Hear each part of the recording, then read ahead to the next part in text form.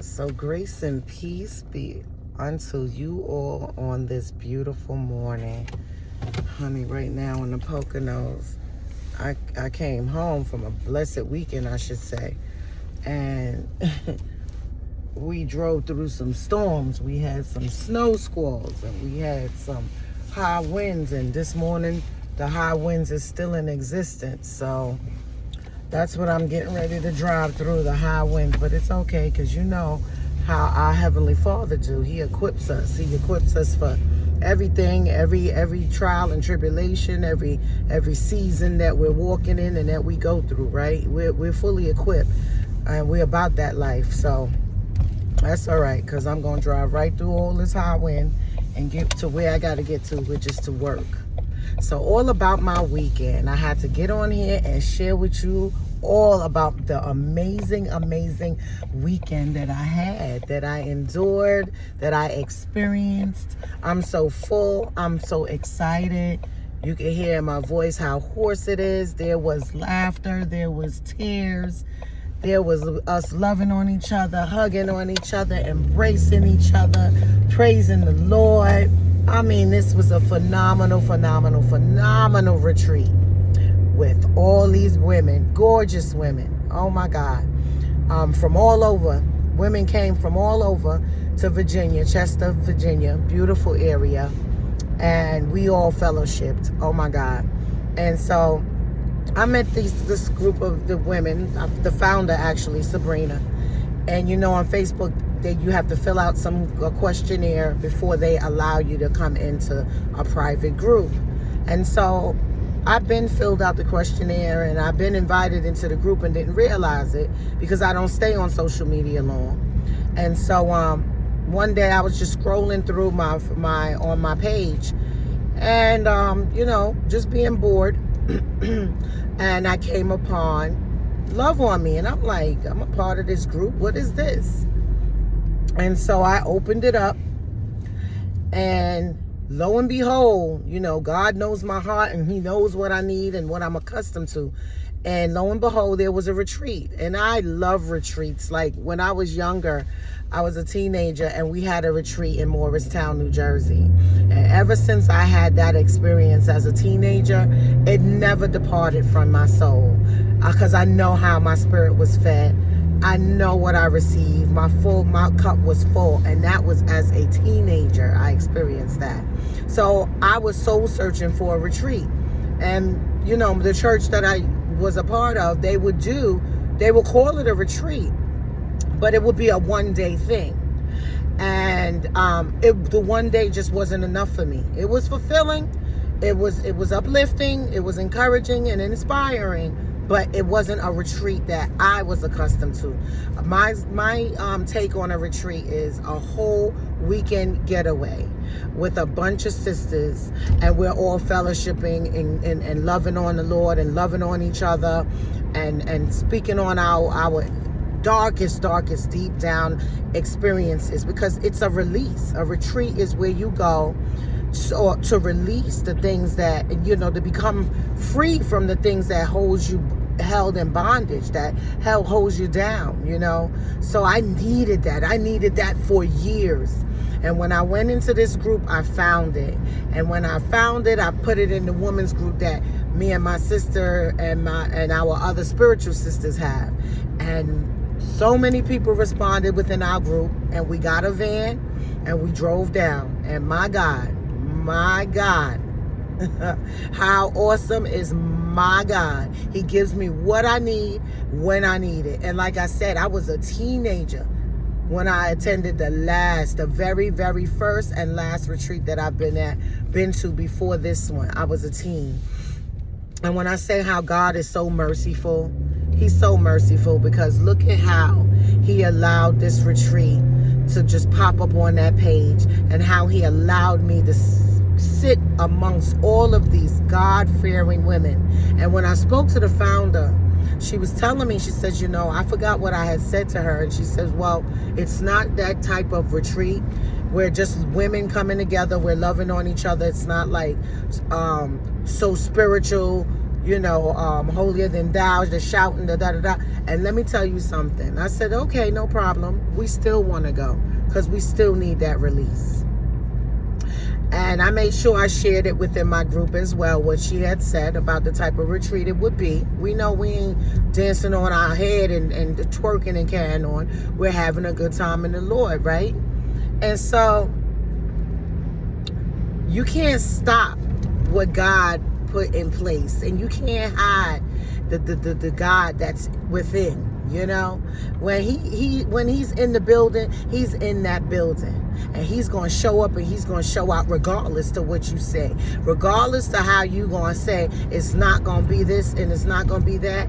God going to show up and show out anyway in every event that he can, because he's already embedded in our spirits and in our souls. And the women that were there in the building were evangelists, pastors, ministers, preachers, visionaries, prayer warriors, prayer intercessors. I mean, these were women that I'm an empath, so I just was picking up on nothing but positive energy. Nothing but positive energy. And that's what I needed, because I shared with you all in several of these videos that I have done within the past month, the things that I've been enduring, driving and going into this job. And when I arrived there, just feeling it. And as an empath, we pick up on all kinds of energy, whether it's bad or good. We can sense it. But this is why God has me grounded, and I'm starting to understand it more and more. We had prophetess there. I mean, people was just prophetically blessed, and they just was speaking about speaking, letting you know where God wants to take you and what needs to be done, and where you're stagnating at, and how you're procrastinating, and how you need to let go and let God, and where he wants to use you. When I tell you it was phenomenal, it was phenomenal. Phenomenal. What a blessing. Okay, there is always power in our praise. There's always glory in our story, our testimony, our messages. It's healing. When I got up there, they had a segment called The Little Girl in Me. And that little girl in me is what I needed to release. I needed to release it. And I got up there without hesitation, and I told my story. And you guess what? Me telling my story, there was so many other people, all of those women in the room, majority of us, not even a handful, but a bulk of us who had the same story, who had the same experience, who shared the same testimony. So just when we are so ashamed to speak on our wounds and our scars, we don't want to tell it. We don't want to tell our story. Honey, God brought it out. He brought it out right there in that room.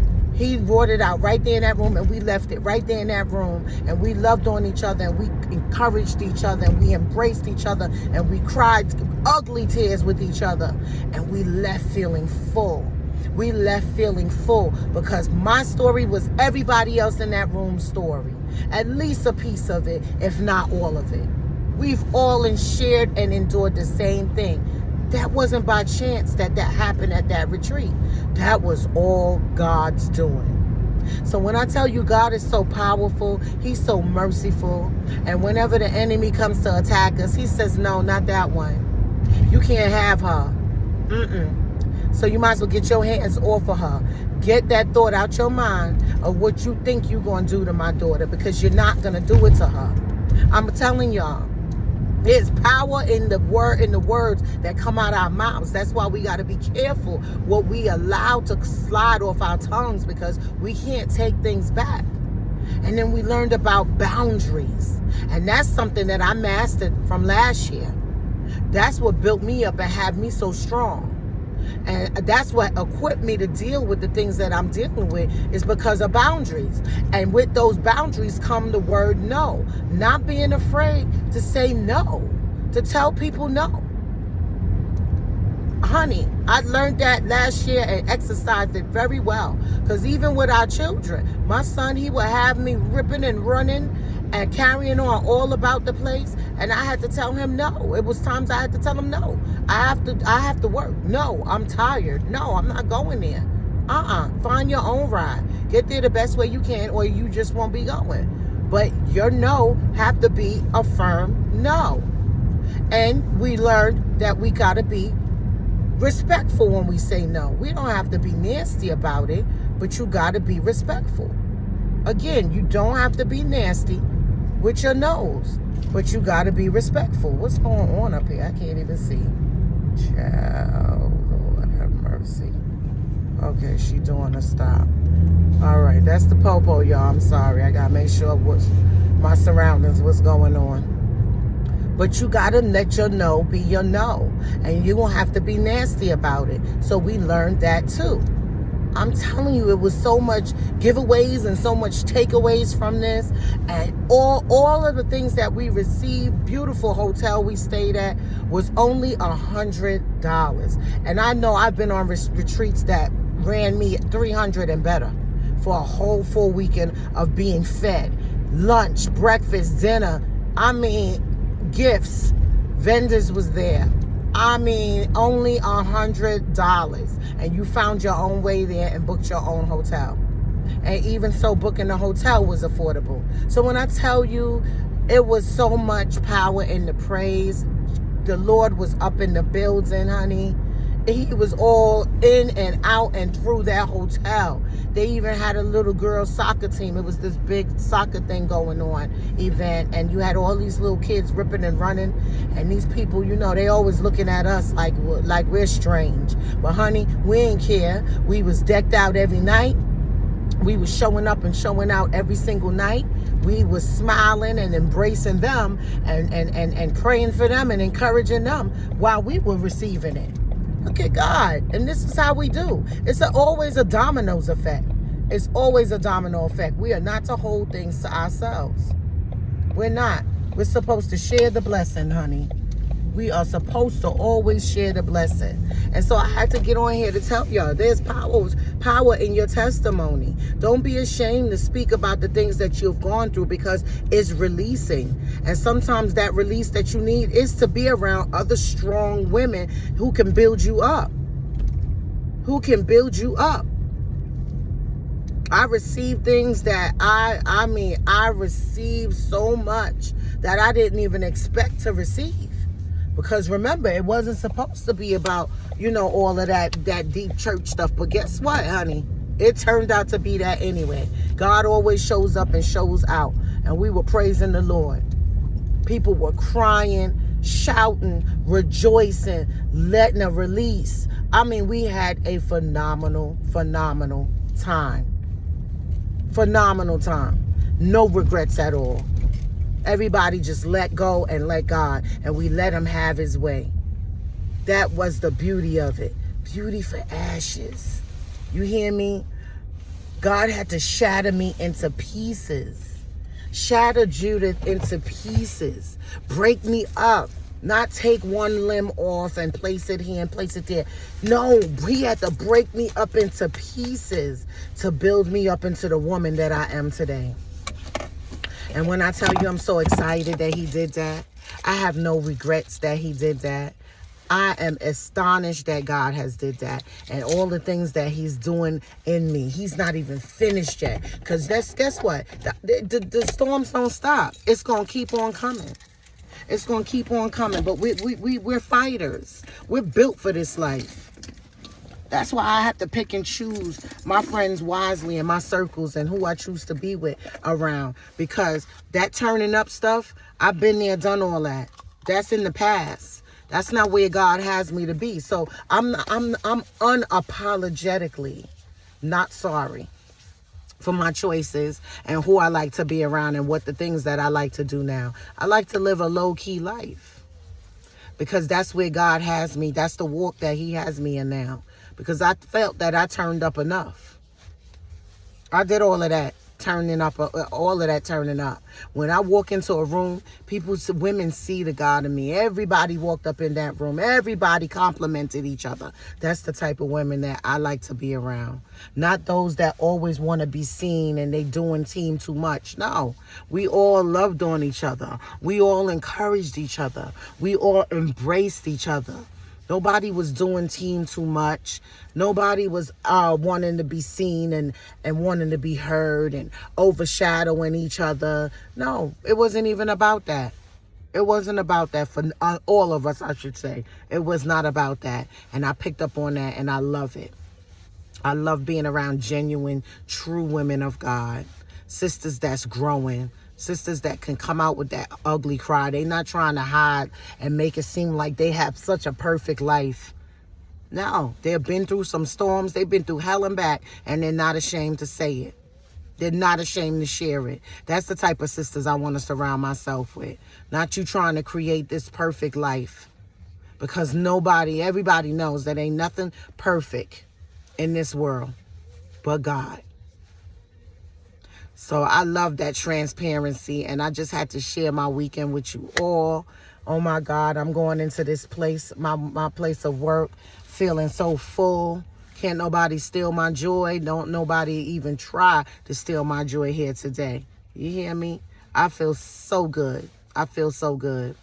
So with that, I'm just going to leave you all with that. But the takeaway of it all is to be transparent, set boundaries, let your no be your no, stay firm on your no, and let it be that. Let it be just that. Your no's be your no's. You don't owe anybody no explanation of why you can't do something, why you don't want to do nothing, why you don't want to loan them anything. Your no's is your no's. You can't do it, you just can't do it. You don't want to do it, you don't have to do it. Let your no's be your no's. Okay? Set boundaries. And that's it in a nutshell. Can't nobody take what God has for you. What God has for you is for you and nobody else. So let your no's be your no's, and know that it is okay to let go of things and people and places. Yes, indeed.